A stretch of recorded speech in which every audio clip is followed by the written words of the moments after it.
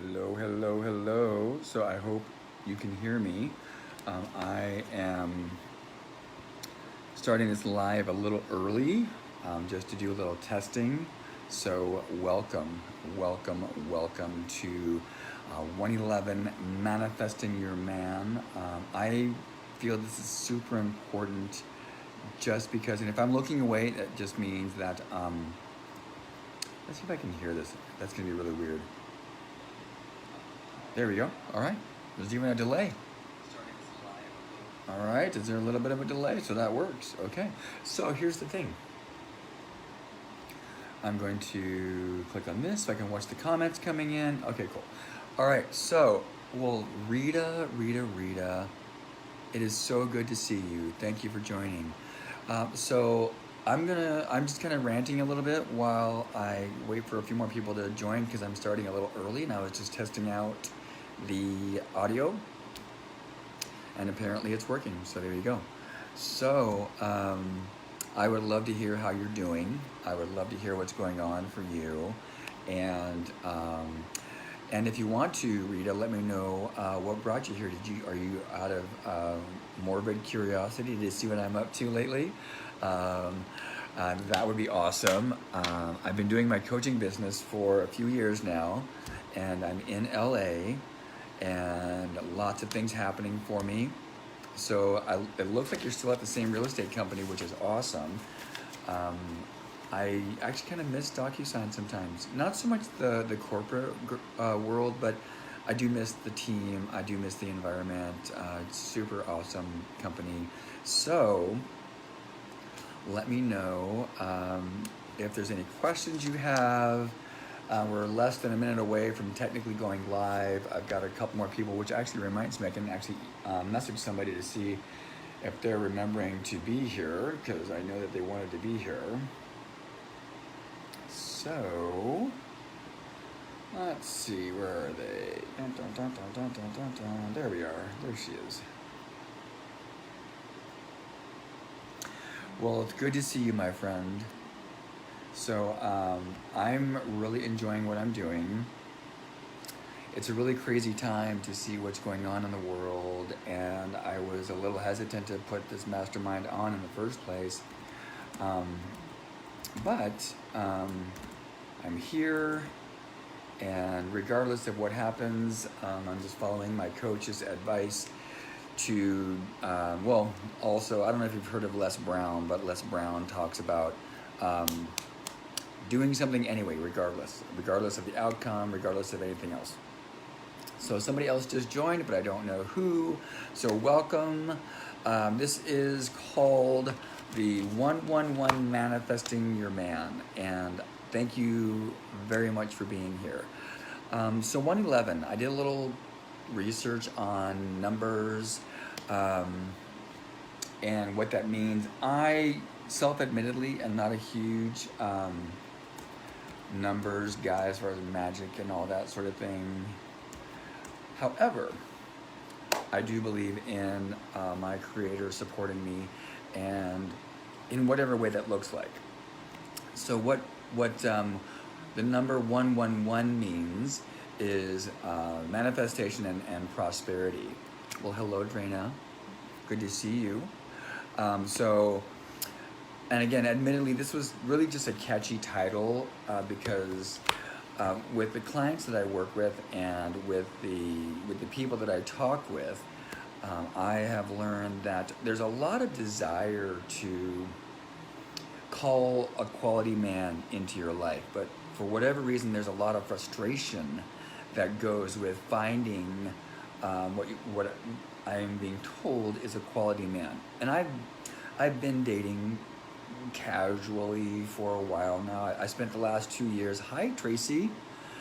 I spent the last couple years just being intentionally single, just spending time by myself, finding out what's important to me. For everybody joining, please let me know who's coming on so I can acknowledge you, because I just want to show you how much I appreciate you being here. So, what I've found out is that there's a lot of frustration for finding that person. Katie Lasky, fucking love you. Thank you for being here. So But what I think people are really looking for when they're looking for their person is really something that we should all be giving ourselves, and that's unconditional love.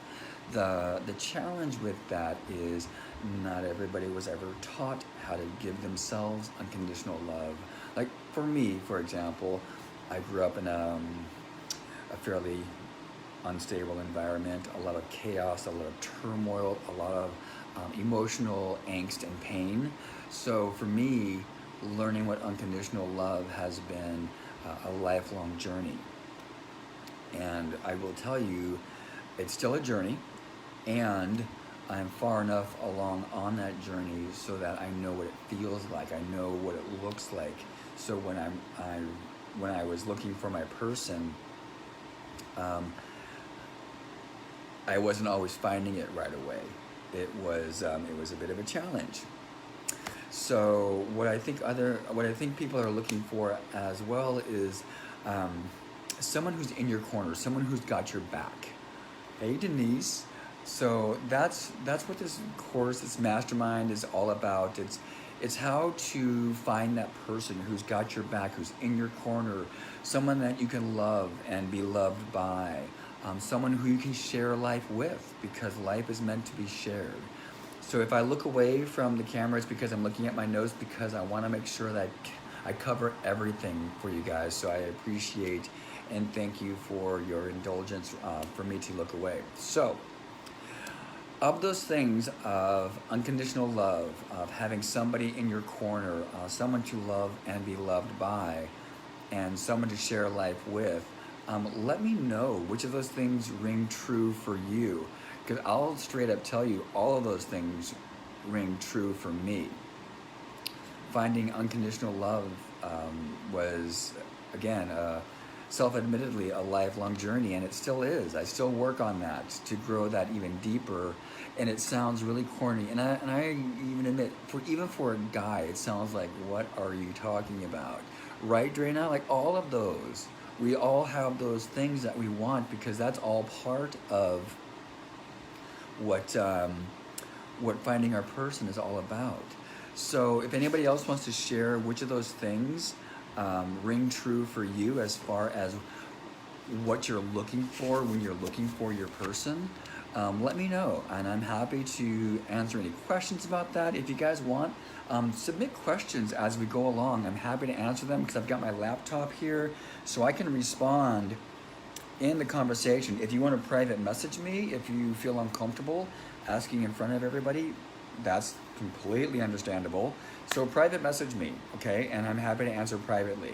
And if you want me to ask the question to the group without identifying you, because I would really encourage you, if you have a question but you're uncomfortable with it, private message me with it, because when you ask a question, it gives other people permission to ask questions too, okay? So before we go any further, I want to tell you a little bit about me for people who don't know me yet.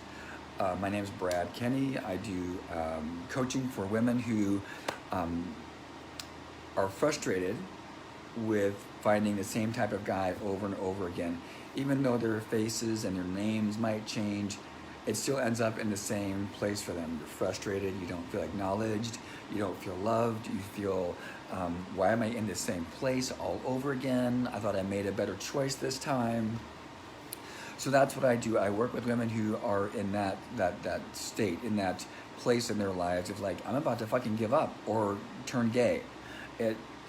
So it's what I do. I help find out what's in the way, what are the blockages, what are the things that are preventing you from finding that. So why even bother listening to me, right? Well, that's a really great question. I've been doing this for about 3 years now. I've gone through extensive training. I've gone through some serious self-development courses. I've got a shit ton of personal and professional experience for working with people. I've done ALA, I've done Fearless Life Experience, NLP training, EMDR, I've done masculine and feminine training. So these are the things that I bring to the table. I do constant self-development work with Dr. Joe Dispenza material. Brene Brown, Abraham Hicks, Les Brown, Tony Robbins. So all of these things I'm constantly doing on literally a daily basis. First thing in the morning when I get up and I'm walking my dog, I am immediately, the first thing that I am doing is I'm putting this information into my head so that I can turn around and share it with you. So if any of you have been following me, you'll see I post a lot of things about self-development and taking yourself on, and that's what I do. So a little bit about me and my history and relationships. So let me just first say, I've probably made just about every mistake you can make in romantic relationships. I've been married twice. The first time I was married for 11 and a half years, and we were together for 13. The second time I was married for 3 years. That's a whole other story. And then in my last really serious relationship, I was with somebody for 5.5, almost 6 years. And probably my most significant relationship as far as personal growth and really showing up for somebody. I'm one of 5 boys. I was raised, as I said earlier, in an environment that was full of chaos and turmoil. There was an abundant amount of physical, emotional, and verbal abuse. And to be honest, what that really taught me was the importance of connection with people. It really taught me how not to treat people. Unfortunately, while I had some of the core knowledge of how I knew life should happen when you're in a relationship with somebody, I didn't always have the ability to practice that. So I went through a lot of relationships thinking that, well, it's supposed to work this way, but I didn't really have the tools to facilitate that. I just had the expectation that that's the way it should work. And then once I started doing the personal development work, it started to fall into place where I started to do I guess let's just call it, I just started to show up better. I started to show up in a way that my words matched my actions. So again, you guys, if you have any questions, if you have questions about my history, if you have questions about, if you just want to jump in and let's get to the good stuff, by all means, please just start throwing the questions out there. So what I have found is the value of having a solid foundation is built on, for me and my belief system, and feel free to add if you want to, but it's love, and that would be unconditional love, obviously, acceptance, support, and trust. So those 4 things, and funny enough, they actually turn into the perfect acronym of LAST. So love, acceptance, support, and trust. So those are the things that I teach when I work with my clients. And usually one of the first things that comes up is, well, what if I don't know what that looks like? What if I never received unconditional love? What if I never received acceptance? What if I don't know what support looks like? What if I can't trust people? Well, those are some amazing questions and some really powerful questions that we get to take a look at when we're looking at, okay, so how can I choose differently? How can I choose somebody differently in my life? How can I show up for myself in a way that empowers me to know that I'm actually making different decisions? So the first thing that I do for people is to teach them how to really truly learn to love themselves. And the way that you learn to love yourself is, think of the way that you wish your parents would have loved you, like unconditionally. Like, I will always love you. There's nothing you can do to ever change the fact that I will love you. I will never stop loving you. That kind of love. And that doesn't mean there's never disappointment or there's never frustration. It just means that regardless of anything else that happens, your parents always love you. And that's the way you get to love yourself. And that is probably the most crucial thing that you can ever do for yourself to start drawing in somebody who will love you that same way.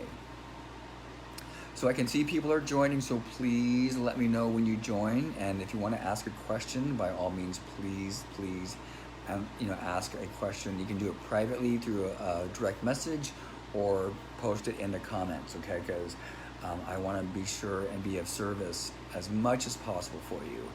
So again, the thing that I feel is truly the most important thing when you are looking at how do we change the way that we attract different, more high quality people that are on par with what we know we deserve in life. And the first thing is we get to learn to love ourselves, like unconditionally, the way we wish we always would have been loved growing up. And the second thing is, and it may seem, why do I have to do this? But it's forgiveness. And forgiveness, number one, for ourselves, for holding ourselves to a standard that's, all right, sorry about that, got disconnected for just a second. So forgiving ourselves for holding ourselves to a standard that pretty much no one can uphold. I know for me, I used to think that I had to be perfect in everything. I am the only one in my family or my siblings that has gone to college and graduated. I did a lot of theater. I did live theater, and it seemed for me as I was growing up that I was the one that got to be paraded around as, oh, look at this son, he's so amazing. And it created in me this feeling like I had to be perfect because no one else in my brothers is doing this, and my parents seem to be, or my mom, because my mom is the one that raised me, seems to be really only proud of me, and everyone else seems to be fucking off or fucking up. And I carried around this belief that I'm the one that has to be doing it, and it just wasn't working, and I just constantly felt like I was letting myself down and basically the world.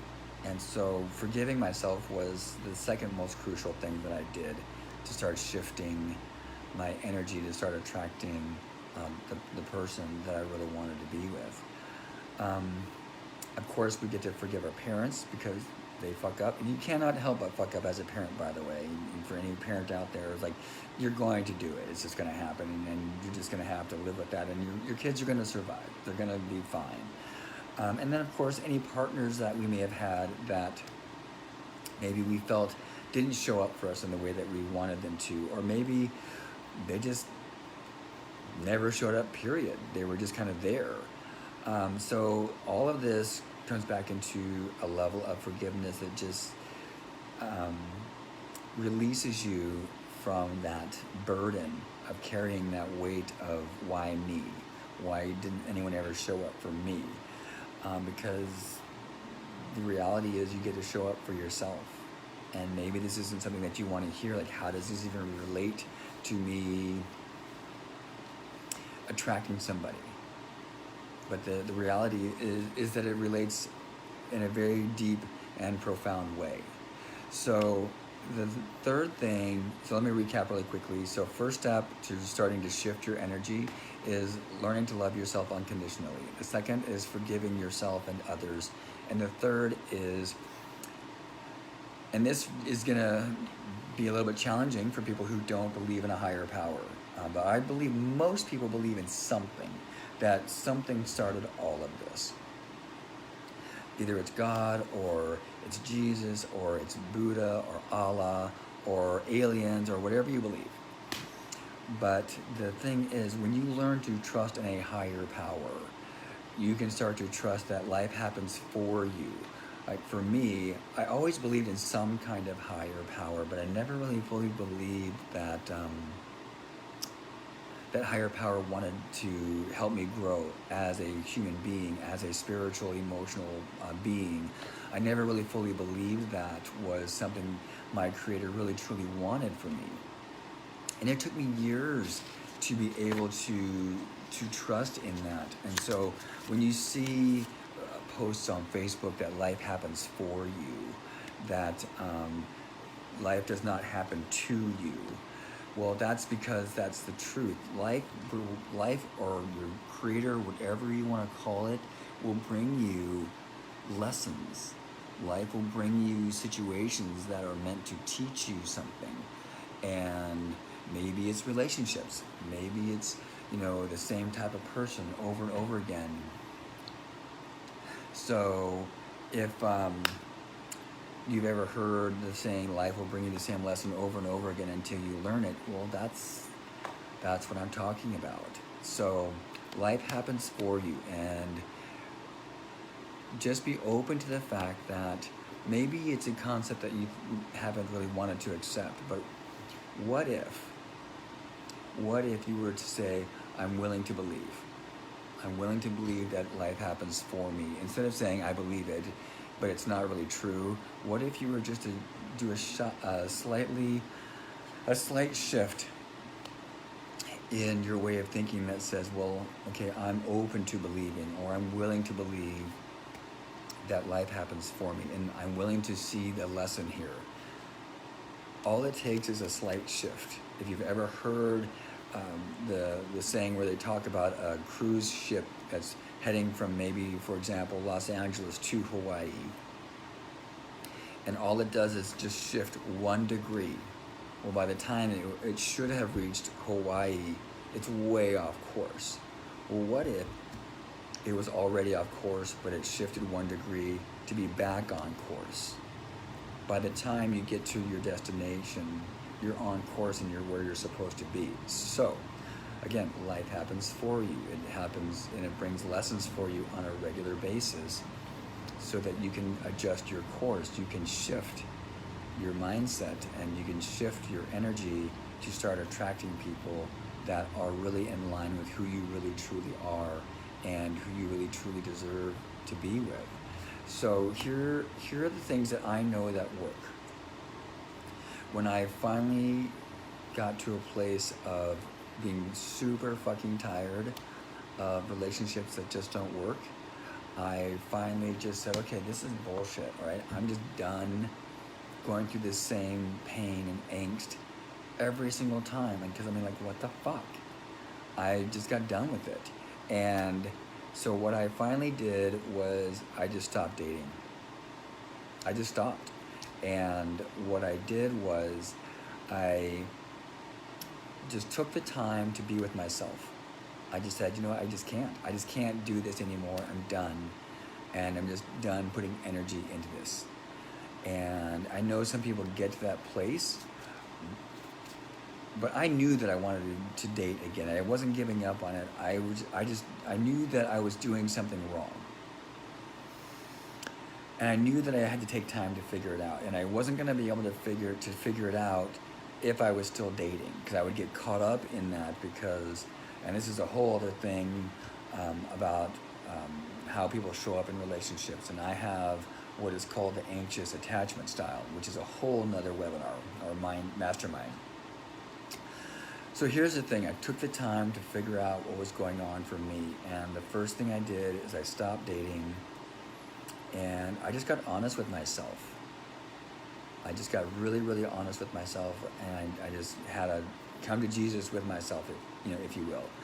And I knew that I wasn't ready to date because I had been so frustrated, and I didn't want to carry that forward with me into any new dating situation. So I wanted to have a cleansing period, but I also wanted to have a period of self-reflection and finding out who I am and what could I do differently to get different results. Because if you want to get different results, you have to do things differently. And so I took the time to figure out, okay, so what have I been doing? How has that been working out for me? What could I do differently? I started talking with my creator like every single day, which I still do. But I started to really have conversations of what's going on, what can I do differently. All I'm trying to do is be honest and transparent with the people that I'm dating. So what can I possibly be doing wrong? What is wrong with all of this? So when I decided to start being really truly honest with myself, I took the time to also be alone. And I knew going into that there were going to be some times that I was going to be really, really lonely, and it was going to suck. But I made that agreement with myself that I would go through that because it was important to me to learn how to be different in a relationship. So again, the first step that I used was to get honest with myself, like really honest, not brutally honest, because that's a bullshit term, number one. You're either honest or you're not, and all honesty is just information. If you want to classify it as brutal, then by all means, go ahead, but it's just information. Within that, I just took time to be alone and figure out who I am. I took time to do things by myself. And I know we see these sort of things on Facebook or wherever. Maybe we even see it in the movies. But here's the thing. It's a genuine, earnest exploration of what you want, what turns you on mentally, what turns you on emotionally, what excites you, what kind of things do you like to do? I like to work out. I like photography. I like to go to galleries. I like to be out in nature. I like to walk my dog. As crazy as that sounds, I really enjoy walking my dog, especially first thing in the morning because it's super quiet. Back to my points. I accepted that I would be lonely at times. I accepted that it would probably really suck feeling lonely at times, but I committed to that. I committed to that because I knew it was important for me to break through that desire to be in a relationship. I never wanted to need to be in a relationship ever again. All I wanted was to want to be in a relationship again, and then I wanted to be in the right relationship. I also committed to not having sex because me being who I am, if I have sex with somebody, I start to develop an attachment to them because I'm sharing myself with them. And some people don't think that's a thing, but it is a thing for me. And so I chose to not have sex while I was committed to being single. Now, did I date every once in a while? I did, but I also did not have sex. I made it very clear to myself and to whoever I was dating that until it's clear that it's going to be a thing, like a healthy relationship, I wasn't going to be having physical intimacy with anyone. And the other thing I did was I committed to trusting my Creator. I committed to trusting my Creator to bring me what I needed when I needed it, and not what I wanted, because everything I wanted to be working for me. So when I made those commitments to be honest with myself, to be committed to being alone, to going through the feeling of being lonely at times, to not having sex, and to trusting my Creator, I started to see things shift. And I know I said that I committed to being alone, but there were moments where I dated. I thought, okay, maybe I've learned enough now. And then I would learn that I didn't learn enough. And so I went back and I recommitted myself to that journey.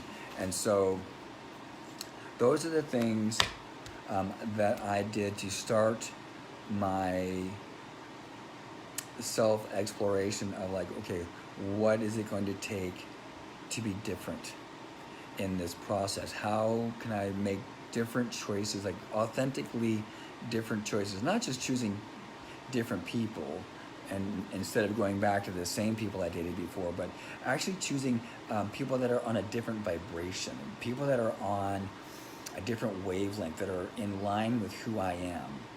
And so that was what my journey was all about. So something that I notice that happens for people who keep making the same choice over and over again is this sense of like, you get this feeling that you know this person. You go to a bar or a party or whatever you do, right? And you have this sensation. You meet somebody and you have this sensation of like, I know this person. They feel so comfortable. They feel good to talk to, whatever. Oh, look at all these people that joined. Look at this. I've been looking at this and not this. Okay, so Tony, Marcia, Zach, Stephanie, Arlene. So good to see you guys. So, that feeling that you get when somebody feels really comfortable or you know them somehow, I know that feeling. I used to rely on that feeling for making my choices of who I enter into a relationship with. Um, if you've ever seen The Matrix and you've seen the scene where Neo gets all this information downloaded into his brain, like, and then he looks up at Morpheus and he says, "I know Kung Fu." And it's that download, you now know something. Well, that happens for me with people. I will get a download and I will absolutely know something about them. One time it was, I knew that they were loyal, they were super smart, they were, if you ever crossed them, you would regret it. They were hardworking, they had high ethics. And this is before we even shook hands to meet. I knew these things about this person. Another time, I was going on my very first date with somebody, and as they're walking towards me, I get this download. "You're going to be a couple." I was like, "Oh, okay, sure." I mean, and I had downloads before, so that wasn't a surprise for me. I just, the challenge with those downloads for me is I'm reading the energy that they're getting off. They're giving off. Pardon me. And what that was, I'm recognizing, is life bringing me lessons that I hadn't learned yet. And so what I learned was that energy, that recognition of recognizing that energy, that feeling that they give off, is life saying, "Oh, that lesson that you didn't learn with the last person, yeah, I'm bringing that again for you because I think it's really important that you learn that lesson." So that's the information that I was getting from that. And I think it's what happens for a lot of people, is they look for that feeling that someone brings, like, "I know them, this is the one." But what I can tell you and what I've learned is that's probably a lesson that life is bringing you to learn that you haven't fully learned yet. I'm not saying it happens every single time, but what I will tell you is that it has been my experience, not only personally, but watching friends and clients go through the dating activity, let's call it. It happens a lot that the relationships don't work out. And more often than not, okay, I'm going to read something, so bear with me.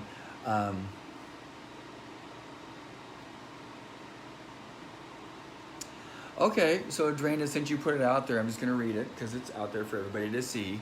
I've been doing the same thing. I'm good with being alone, rarely lonely. Want a relationship, not need one. I find it too easy to walk away. I'm very picky, maybe too picky. So great self-awareness. I love that. My question is, what makes it so easy to walk away? What type of person are you finding that you find it easy to walk away from? And maybe the lessons in that type of person that you're attracting that makes it super easy to walk away from. Because I will be honest with you, I found that I was doing that for a while, and until I started to look inward, I was going like, why do I just find it easy just to say, whatever, man, who next? I got a ton of matches on Bumble and Tinder, I don't need to worry about you. When does that really serve me? Was that really serving me? And I can assure you that no, it was not. I had my walls up. I didn't want to really fully show myself and be vulnerable in that way. I'm not saying that's going on for you. I'm just saying for me that finding it really easy to walk away is like a defense mechanism. It's almost like, well, I'm going to reject you before you reject me. And again, I'm not saying that's exactly what's going on for you, but maybe that might be it. There's a lot to explore here. So I love that you said that, so thank you. Arlene, I love this. Unresolved energy shows up very seductively. It's a wound hook. I would love for you to elaborate a little bit on that, because unresolved energy for me, it's almost addictive, because when we don't recognize it as an unresolved wound or an unhealed wound, it has this sort of level of comfort to it, because we recognize that feeling. We recognize that feeling that something feels familiar to us. Like, for example, for years, when I would find a woman that I was attracted to and wanted to date, I later realized that it was bringing back all the lessons from childhood that all those experiences that I had lived through with my mom. And it was lack of ability to trust, uncertainty, instability, turmoil, drama. All of these things ended up showing up in those types of relationships for me. And it never fully dawned on me that it is because of that feeling of familiarity that I would get. And it didn't even have to be anything. It could be on the first time I meet that person, like, oh, I recognize this person. I recognize this energy. My body subconsciously was able to register that energy, that vibration that they were on. And so what I would do, well, hello, Juliana. I'm looking over here at your name, but I'm not looking over here at the camera. So what I would do is I would recognize the energy that they're giving off, because it was so similar to the energy that my mom was giving off. And instead of me recognizing that and be like, oh, I recognize this energy, I'm going to go this way now instead of going towards it. And so I kept on going through the same experiences over and over again.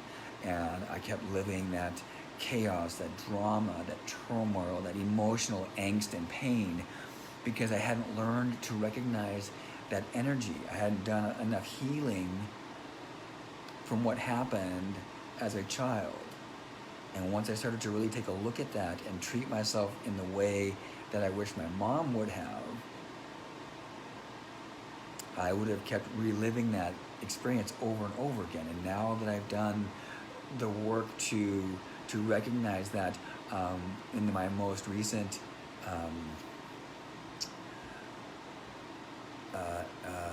let's just say venture, there we go, the word I'm looking for, my most recent venture into dating, I was very, very, very clear that if somebody wasn't going to reciprocate in a way that felt positive to me,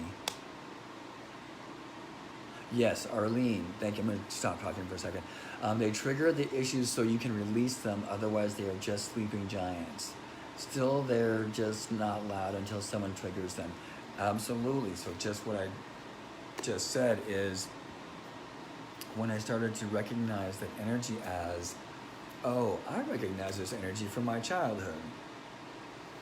And when I spent that time by myself and started to really just acknowledge myself for the person that I am, because I know, and this sounds crazy, it might even sound arrogant or conceited or full of myself, but I absolutely know that I'm an amazing person. And I didn't always think that. And I don't think that in an arrogant way or that I'm better than people. I just happen to know that what I bring to a relationship is pretty amazing, as far as showing up in support and showing up as a force for positive, someone who wants to see somebody for who they truly are. And so, I mean, I could go on, but my point is, until I was able to start seeing myself that way, I would keep attracting people that didn't see me in a positive light either. But once I started to see myself in that way, the people that I started attracting, I was leveling up every single time. And I saw it happen pretty quickly, that I started to attract higher quality people,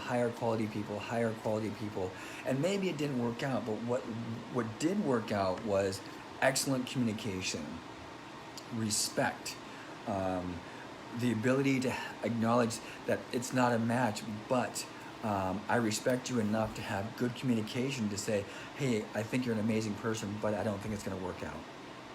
And I was like, oh my God. I could have chosen to either be frustrated that it didn't work out, or I could be super grateful that they had enough self-love and respect to tell me like right away, it's like, oh, sorry guy, you're amazing, you're extremely good looking, or whatever they said to me. I could have gone like, well, fuck this, it's still not working, or I could go like, wow, what a great gift. Hi Lindsay, thank you for being here. Lorena, I haven't seen you in forever. We get to talk like for real instead of just saying we're going to, we get to. But here's the thing. I chose to be so grateful for these women who have not only the ability, but the courage and the follow through to say, hey, I really like you as a person, but I just don't think that we're a match right now. And I was like so grateful. And when I chose to be grateful, more people showed up that were on a vibration that maybe it wasn't a perfect match, but I knew that I was on the right track. So that's what worked out for me, is just following that energy of being grateful and really learning who I am. And then when the high quality people showed up, even if it didn't work out, to be grateful for the communication skill that they had and the ability to be honest about where they were. And Stephanie, even in a 25-year relationship, I find myself wanting more and more alone time. I don't mind when my partner is at work. Well, okay, so my first instinct is to have a reactive remark, but my thing is, you have a lot of familiarity there, okay?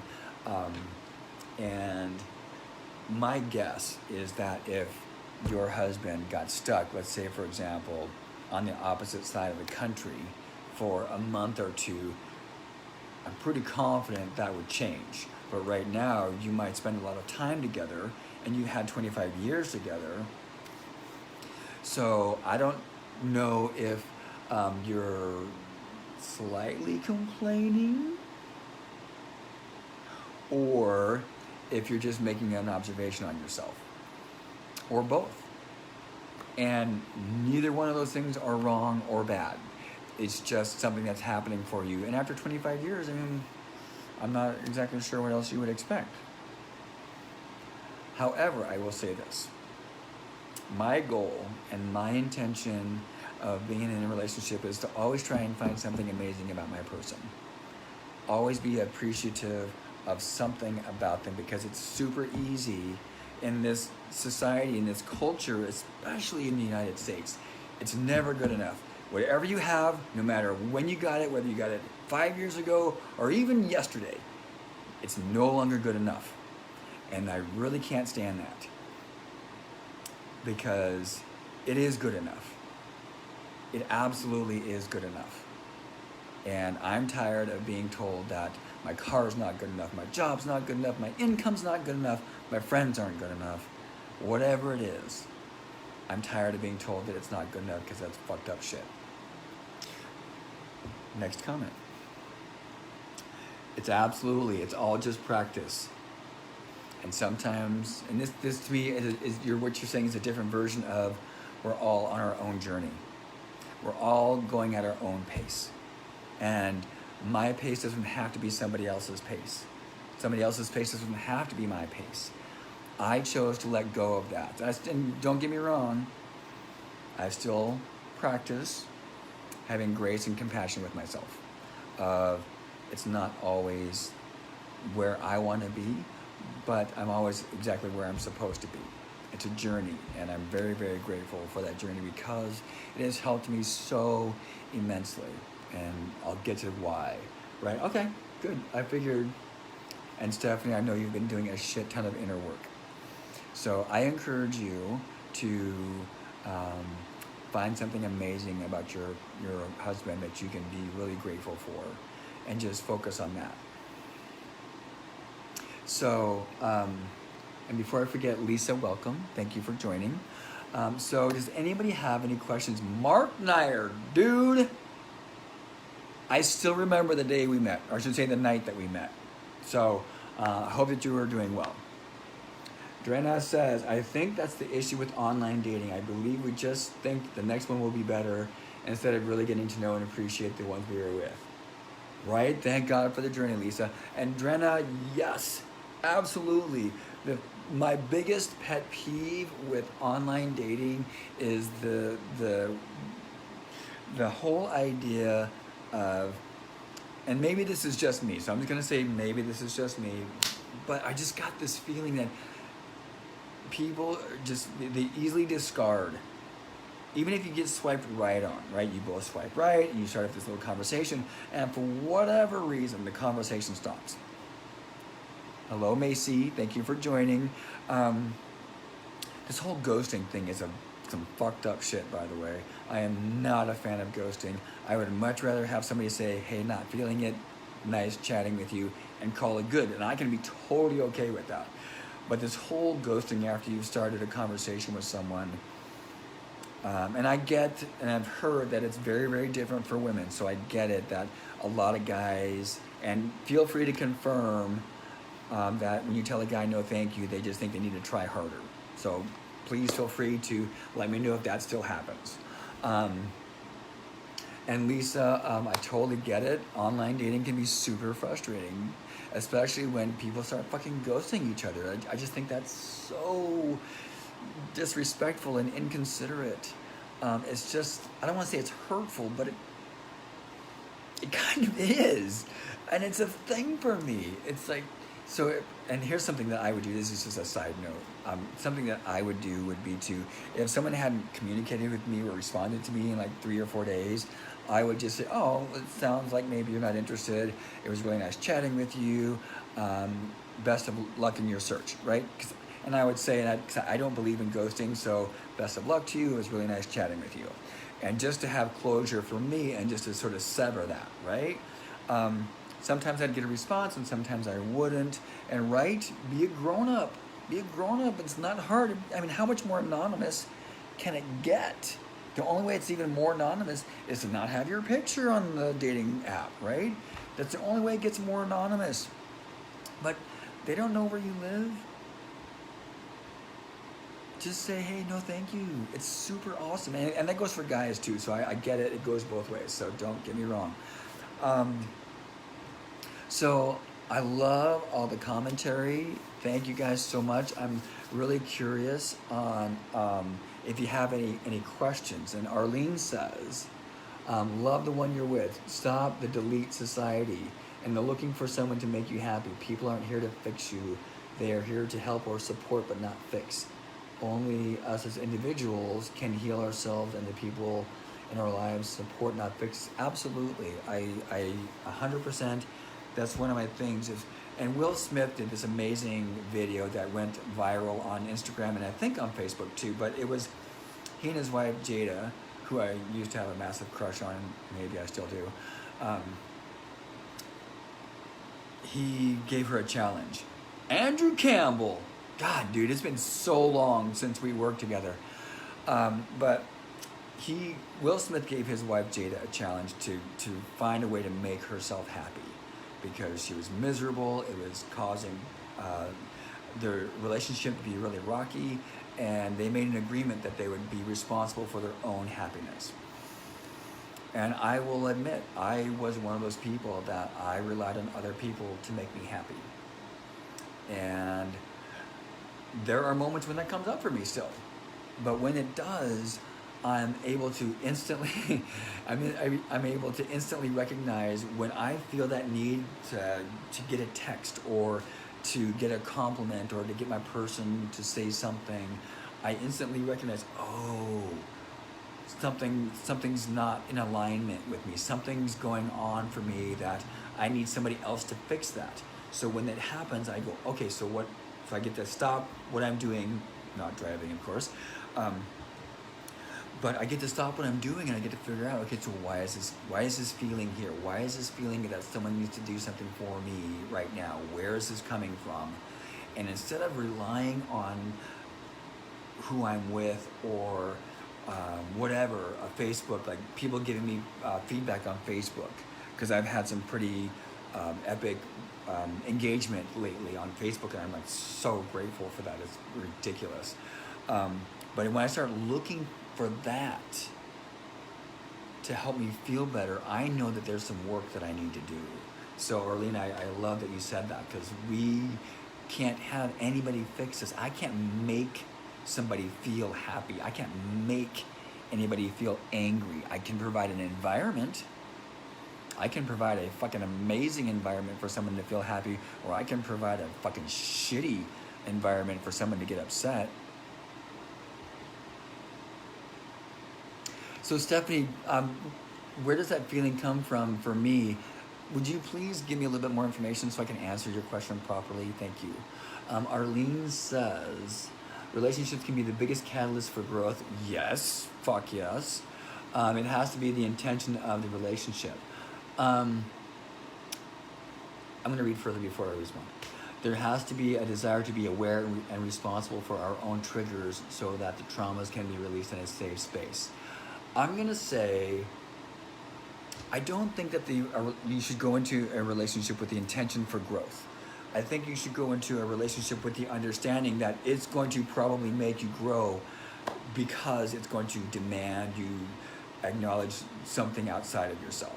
So I'm going to say that I agree partially with what you said, but I never go into a relationship with the intention of growth. I go into a relationship with the understanding that if I'm going to be in this, it's going to cause me to grow, and I accept that as being in that relationship. But I would never go into a relationship with the intention of using that for growth. I just understand that being in a relationship is going to cause me to grow, just because I choose to be in a relationship where I get to acknowledge somebody else, and I get to stop acknowledging myself so much and what I'm going through and what I need and all this sort of stuff. I get to go, oh, it's not all about me, because it's super easy to make it all about me when I'm single. Okay, so great, Stephanie, thank you very much for clarifying. So that's a great question. Where does that come from? And it's a self-worth conversation. I believe that most of our challenges in relationships stem from self-worth. And that is the primary thing that I work on in the work that I do with my clients, is acknowledging that there's so much work to do in self-worth. And by the way, that work never stops. It never stops. If you look at Oprah Winfrey, if you look at Richard Branson, if you look at Anthony Robbins or Brené Brown or people like that, self-worth conversations happen all the time. Some of my first coaches and that are still coaching let me know that your self-worth conversation is going to be with you for the rest of your life, because when you up level, when you get to a new level, your self-worth conversation up levels. So your self-love conversation will up level as well. So just know that every time you up level how you feel about yourself and you get to this new level of like, oh my God, I'm fucking amazing. Well, your self-worth conversation goes deeper as well, because there's more work there. So Arlene says, I face every day with an intent to grow from whatever happens in that day. So maybe my wording was misinterpreted. Well, it's possible, but that's okay. That's what, being open and having a conversation is all about. So that's okay. Well, Stephanie, yes. Self-worth is a full-time conversation, but I encourage you to not focus on it all the time. What I learned to do is sometimes I get to take a fucking break for that conversation. Like, for real. I got so caught up in my self-worth conversation sometimes that I think I nearly drove myself crazy one time. Yep. Whole other story, by the way. But I encourage you to let go of the conversation sometimes and just have some fun, because I guarantee you, when you just allow, and trust me, I know you have fun because I see your pictures, so I know you're into that. So I would say stop making it such a process, and just allow yourself to be. And when you start to feel something come up for you, maybe take some time and see what's going on with that. It doesn't have to be this big traumatic process every time. What I've learned to do, and it has really helped me, is to, when I start to feel something and it starts to feel bad, and I start to feel like, think I'm about to just totally break down and cry here. And for those of you who don't know me yet, I cry like a lot sometimes, and it's just something that I do. So, but Stephanie, I encourage you to not make it such a big deal. But when something does come up, allow yourself to feel it, and don't make yourself wrong. It just is what it is. It clearly wants to come up, and allow it to come up. And then if it starts to feel as if it's holding on and you can't let go of it because you're caught in this circle or whatever, just break that cycle. Break it. Maybe start listening to comedy, or watch a funny movie, or go for a walk, or do something. But allow yourself to feel whatever wants to come up without making yourself wrong, or a bad person, or somehow you're weak. Because I used to do that. I used to think that I'm weak because I'm caught up in my shit all the fucking time. And then one day I just said, like, this isn't working for me. It isn't working for me to make myself wrong all the time about what I'm going through. So I'm just gonna allow myself to go through my process and let that be my process, and not make myself wrong for it. And that's been such a huge difference for me, and to actually make some real progress for that. So I'm gonna recap really quick for you guys for some of the things that I've covered. So the first thing I want to do is go back to covering what I feel is the best way to start. And again, this is just for me. Take what works for you and leave the rest. You don't have to accept this as being law. It just, whatever works for you, take it, and whatever doesn't work for you, leave it behind. So for me, the value of this journey is building a solid foundation for yourself. And what I feel is crucial to building a solid foundation for yourself is unconditional love for yourself. Absolute unconditional love for yourself. The way that you wish you always would have been loved by whoever raised you, whoever was that first person to provide you with that example of what love is like. I want to make sure that I'm not missing any comments here. Okay, well wait, here we go. Looks like we got some new comments, so I gotta scroll down for some reason it stopped scrolling. Here we go. Okay, good. Got it. Okay, here we go. So Arlene says, yes, the self-worth is a roller coaster. It fucking sure is, Arlene. And you cannot ride it every day. When you're dealing with your self-worth, you do the work when you feel like you're capable. And when you feel like you're kind of in those moments of like, I don't have it in me today. Do you know what I fucking do when I don't feel like I have it in me that day? I put on comedy, like Pandora, I put on comedy. I listen to, if anybody wants to know the music I listen to that completely permeates who I am and immediately has me feeling peaceful and calm, let me know, because I've got some good fucking music to listen to that really just does so much for me to just calm my heart and to calm my whole fucking body. So let me know. And then I call for help. I call my friends and I say, hey, I could really use somebody right now. You got a minute?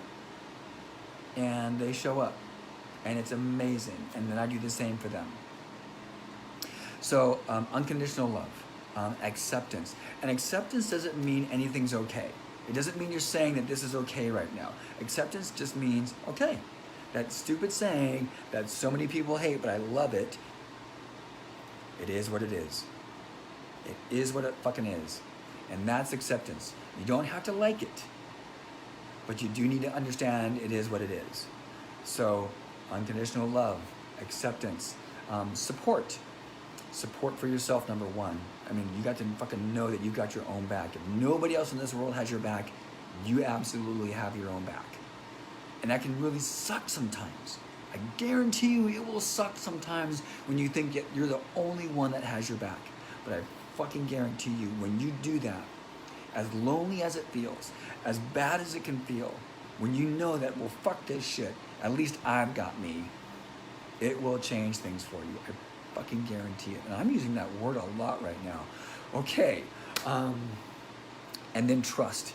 And I tell you, this was what probably the biggest challenge for me is trust, because I did not grow up with trust, like, at all. I did not trust my mom. I did not trust my dad. I did not trust my brothers. I did not trust anyone in my family. That was probably the biggest thing, along with unconditional love for myself. But once I got it, it literally changed everything, and I have met somebody absolutely astounding. So let me get back to more comments here. Drenna, what makes a man feel intimidated by a woman? Okay, I love that. I love this statement, Drenna. So awesome. So, men don't like women who will call them on their shit. Most men do not want to have a woman call them on their shit, because that means they have to fucking grow up. And men like being children. But I've heard this comment so many times from women.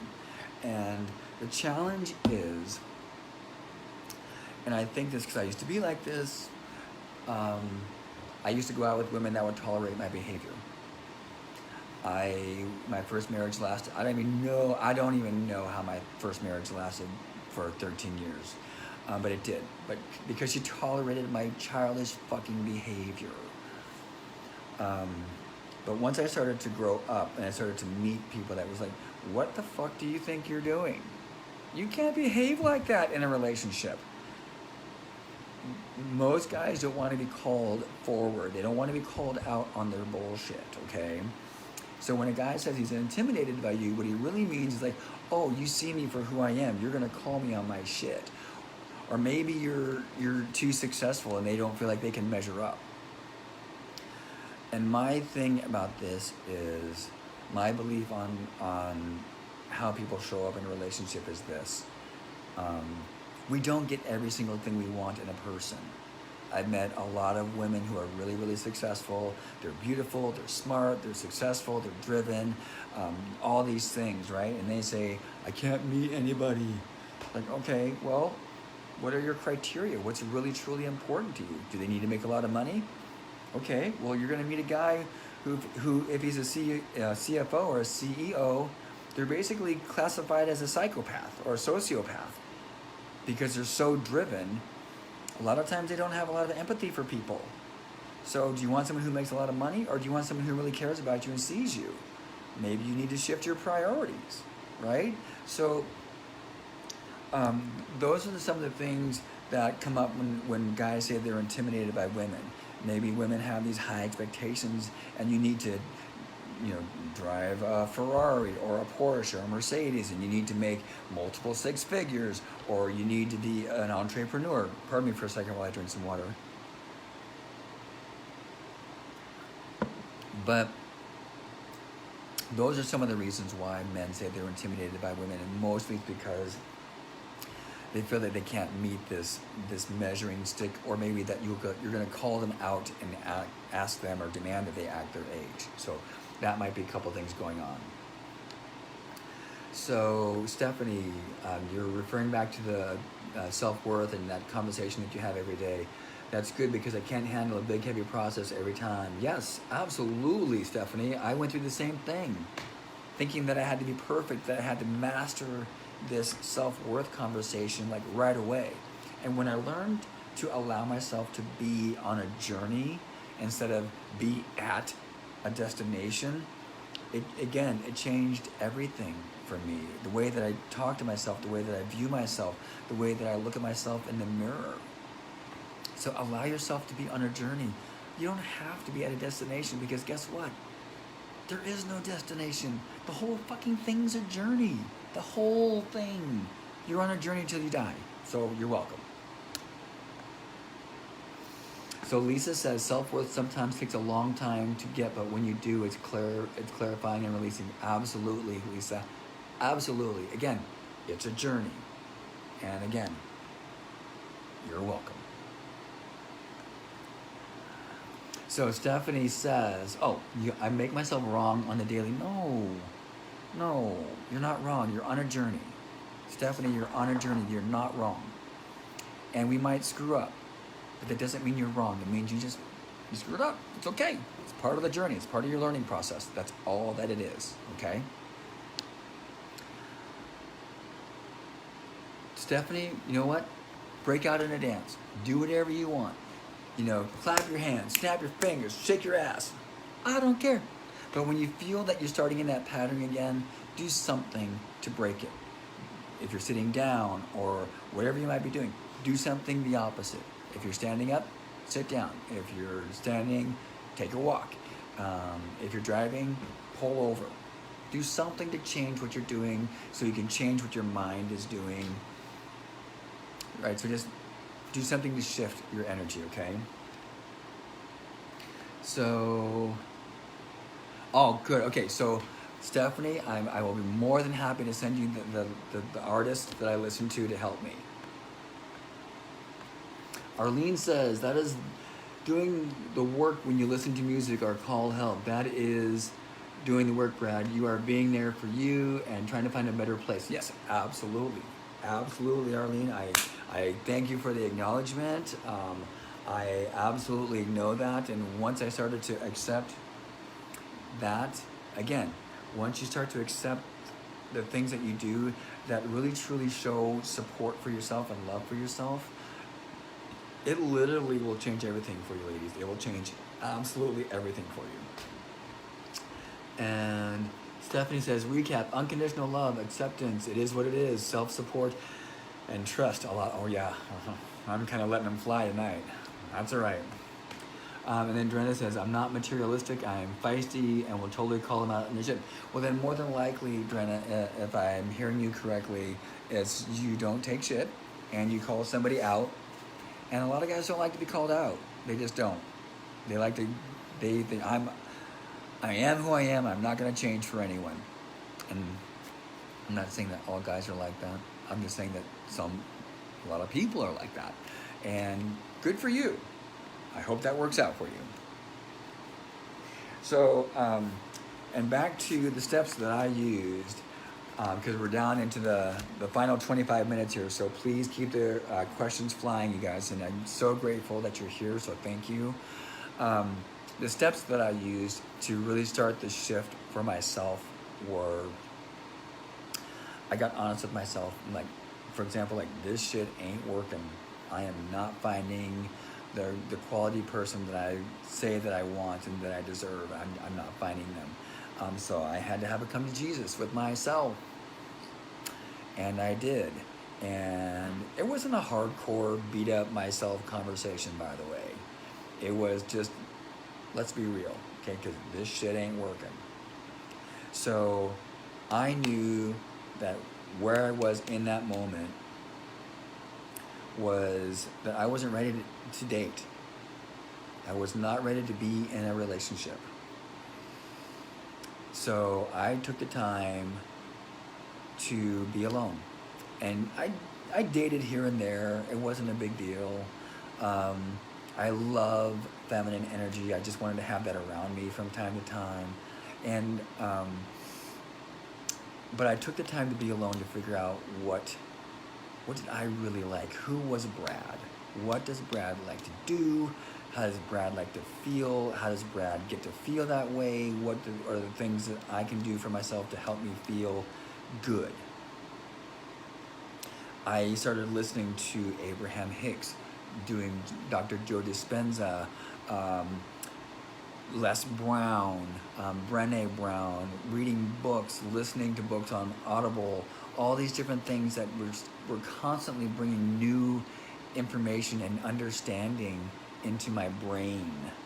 And so those are the things that I started doing, and I started going to galleries, and I started doing photography again, and I started running again, and I started doing yoga on the regular, all these different things. And by the way, I did not like yoga. like right away. And there are some days that I still don't like yoga, but I do it. And the next thing I did is, knowing that I was going to be alone, I also had the foresight to go like, oh, this is probably going to cause me to feel lonely at times. And it did. I felt pretty lonely at times, and it did not feel good. But I also knew that if I could make it through those times of feeling lonely, that I would be stronger for it. Because I did not ever want to go into a relationship needing that person to like me or love me, because it would never be enough. It would never be enough to fill that hole because I wasn't filling it for myself.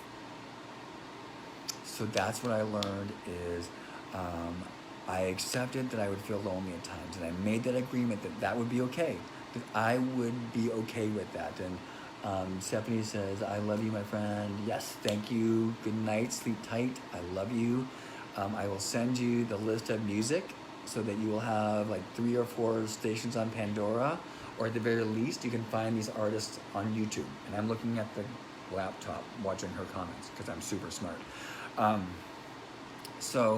And the next thing was I committed to not having sex, which can be really hard for me because I love sex. But I also knew that if I were to be physically intimate with somebody, that would fuck up my mojo, that would fuck up my path, because I would become attached to that person, which is a whole nother mastermind. But I knew that if I engaged in being physically intimate with someone, that would really mess my path. And I was committed to learning and doing something differently. I also committed to starting to really trust my Creator. And things started to show up for me that were completely unexpected in really, really good ways. And initially they did not feel really good sometimes. But when I started to just allow them to progress, it really started to show that my Creator loved me and is supporting me by having these situations come up so I can learn to grow and become a stronger person. And it didn't feel good at first, I'll be honest with you. I was like, what the fuck is going on now? Where did this come from? I'm still dealing with this over here, and now you bring me this? What the fuck? But once I started to realize that, oh, right, I never really fully dealt with this. So I get to deal with this. I get to show up for myself. I get to stand for myself. And when I started to do that, I started to understand, like, oh, okay, I get it. And then it completely shifted my perspective on what was happening for me. So to recap, I took the time to be alone. I accepted the fact that I would feel lonely at times, and trust me, I felt really fucking lonely at times. I committed to not having sex, and then I committed to trusting my Creator. And those were some things that were really, really powerful for me. And again, these may not all work for you, so take what works for you and throw out the rest. So you guys, okay, here we go. Joanna has another question. Do you think that most men do not get attached through sex like women do? I'm going to say men are able to shut down their emotions easier than women, because number one, we're programmed that way culturally and socially from a very, very early age, like before the age of, I would say, probably 7. And there's also, excuse me for just a second again, there's massive clinical research that shows that we are who we are by the age of 7. So if you're a decent, loving, kind human being by the age of 7, you might go through a phase of, rebellion or whatever, but you're going to come back to being that person. But as men, we're still socially, culturally taught to not be in touch with our emotions, to man up, to suck it up, to be a man. And it's in movies, it's on TV, it's in advertising. Man up, be a man. Objectify women. Don't be vulnerable. That's just what we're taught. So I'm going to say men get attached. But what happens is they don't recognize it when they get triggered. They think that they're just being jealous or possessive or whatever, but they don't see it as attached. So I'm going to say men get just as triggered. They just don't call it that. They call it that she's mine, or they deny it and they say she's just loose and she has sex with everyone if they're not having sex with me or whatever. Since we're talking about having sex and getting attached, they just say, well, she's just a slut, or she's just easy, or whatever. So I don't need to worry about her. And I'm just saying this as name calling, so it makes it easy for them to not have to acknowledge their feelings. I'm not saying that that's what's really going on. I'm just saying that men have a way of casting blame sometimes, so they don't have to feel responsible for their own shit. So I hope that helps, because women, you're taught to be nurturing and loving and caring and giving and look out for people, right? But men are not really taught to do that. They're taught to go out and get it and conquer and be leaders and all these different things, but they're not really taught to be nurturing about it. Not really. And that's why I do this work, is because it's important to support women on how men show up. Because a lot of times it's confusing. You know, a man will show up saying, oh, I'm emotionally evolved, I've got a high EQ, I'm here for you, and da-da-da-da-da. And then you find out, oh, you're just as fucked up as all the other guys. Trust me, I've gone through a lot of self-development, and I see it on a pretty regular basis of guys going through these self-development programs, and they're all like evolved and woke as fuck, and still pull the same bullshit. And it's not okay. So we're in the final 15 minutes. I've actually covered more than I thought I was going to cover. So if you have any questions, please keep them flowing. I'm so grateful for you guys to be here. We've had a pretty good variety of people show up, and really great questions. So thank you for being here and showing up for yourselves. I'm going to recap again, just because I'm a big believer in repetition helps to solidify all the things that we learn. And that's one thing I do a lot of, especially for myself, is a lot of repetition. I'll listen to the same book over and over and over again on Audible. Sometimes every day, sometimes over the months, I'll come back to a book. Like today, I came back to a book to listen to it again and heard something that I never heard before, even though I've listened to the book many times. Oh, thank you, Arlene. I really appreciate that. And I really appreciate you showing up with your observations, because you have done a lot of work and you have a lot to offer. So thank you so much for showing up as well. I really appreciate that. So I hope you got something.